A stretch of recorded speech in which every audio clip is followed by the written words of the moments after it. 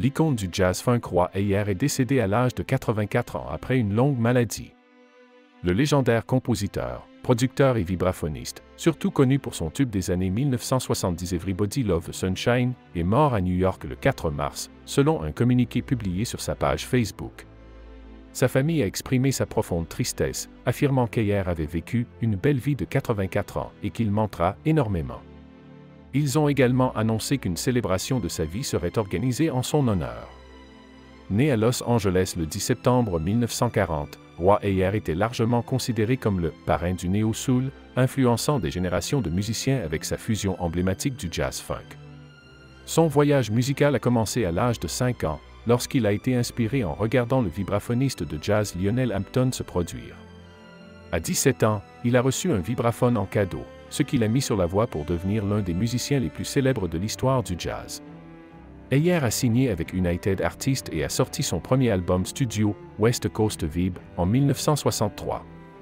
Il a ensuite formé son groupe, Roy Ayers Ubiquity, développant un son jazz-funk distinctif mêlant des éléments de soul, de R&B et de jazz.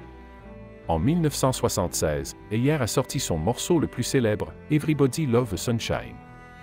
Cette ode douce et apaisante aux journées d'été est devenue un classique intemporel, repris et samplé par de nombreux artistes de hip-hop et de R&B.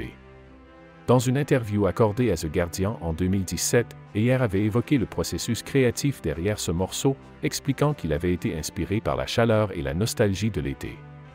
Tout au long de sa carrière, Ayers a repoussé les frontières musicales, collaborant avec des artistes de divers horizons, notamment Fela Kuti, Erykah Badu et The Root. Sa musique a été largement samplée dans le hip-hop et le R&B, consolidant son héritage en tant que pionnier du jazz-funk et du néo-soul. Alors que les hommages affluent du monde de la musique et au-delà, les fans se souviennent de lui comme d'un artiste visionnaire dont l'œuvre a traversé les générations. Son influence sur la musique moderne reste profonde, résonnant encore aujourd'hui dans le jazz, le hip-hop et la soul contemporain. La date et les détails de son service commémoratif devraient être annoncés prochainement, alors que le monde fait ses adieux à une véritable légende musicale.